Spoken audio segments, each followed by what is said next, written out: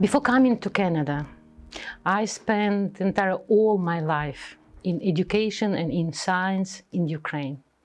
I held the position of head of food science at grain processing department. I was a professor. I was a member of many scientific councils in Ukraine. So it means I participated in many scientific conferences, not only in Ukraine, but also in Asia, in China, in Europe, in North America.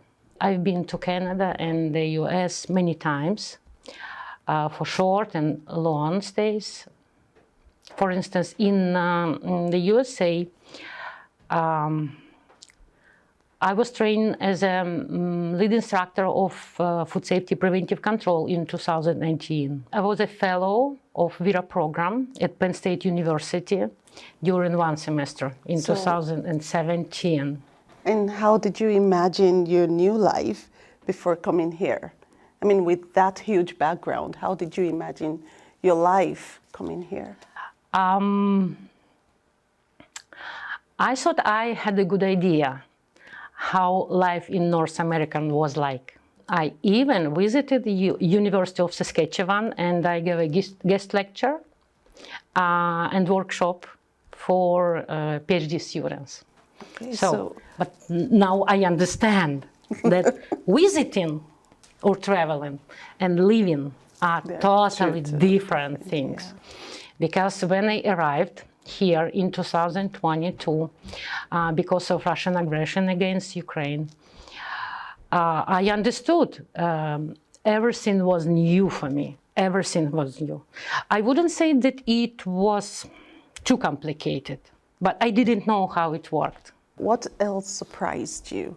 You know, how did your background, where you're coming from, how did that compare with what you have now, what you're experiencing right now?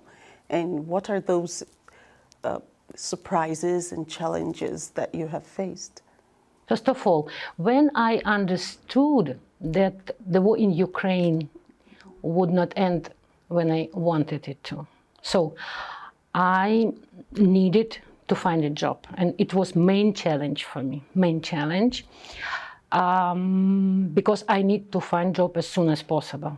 So I could teach. So as for to get any teaching position at any Canadian university as soon as possible was unrealistic for me, because usually it takes 1 year or even more. Another important point for me was my age, because I know that young generation is in priority for any university. I mean, scientists in their 30s or 40s, they are ready to work at the university during next several decades, 1 to 3 decades. It's not about me, I couldn't.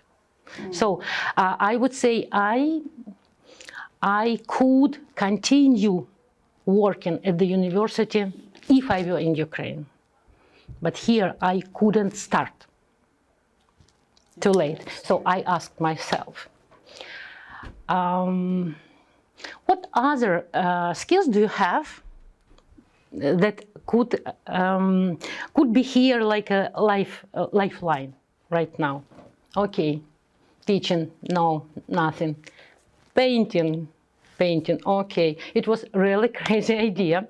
I had this hobby before coming to Canada, and I even visited Martinsville painting classes for kids. I wanted to offer myself as a possible facilitator. Nothing. So go ahead, let it be. Next, my thoughts. You love to talk to people, you love communication, you can give some advice, you can explain something, you can give some consultations, family or social worker. And two months later, I was hired at Saskatoon Open Door Society. I started as a case management counselor and almost immediately like a Ukrainian Women Support Program facilitator. So this program includes information and creative sessions, and those creative sessions grew into Creative Women's Club that I coordinate currently. That's great. And if your journey were a fabric or a color, what textures would it have? What colors would you use to describe your journey?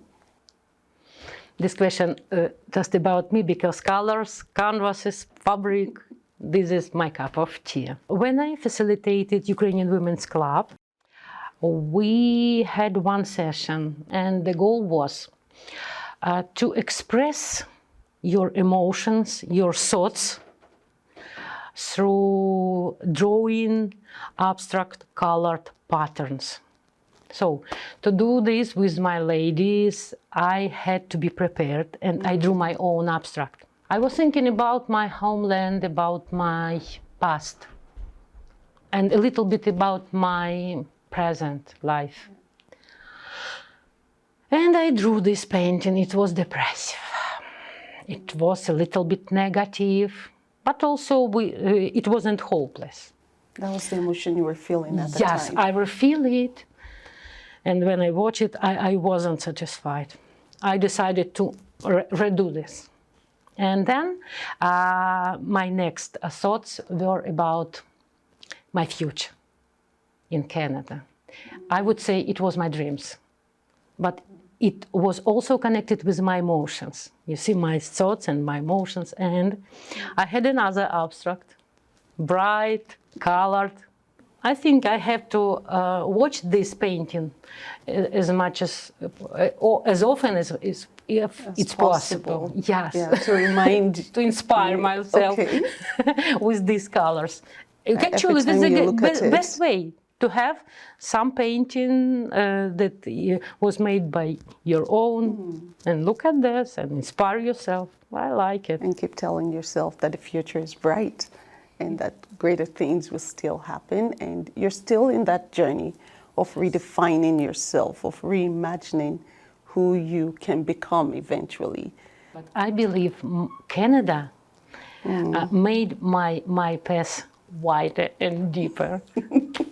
Hope longer. Yeah, thank you. Thank you so much for your time.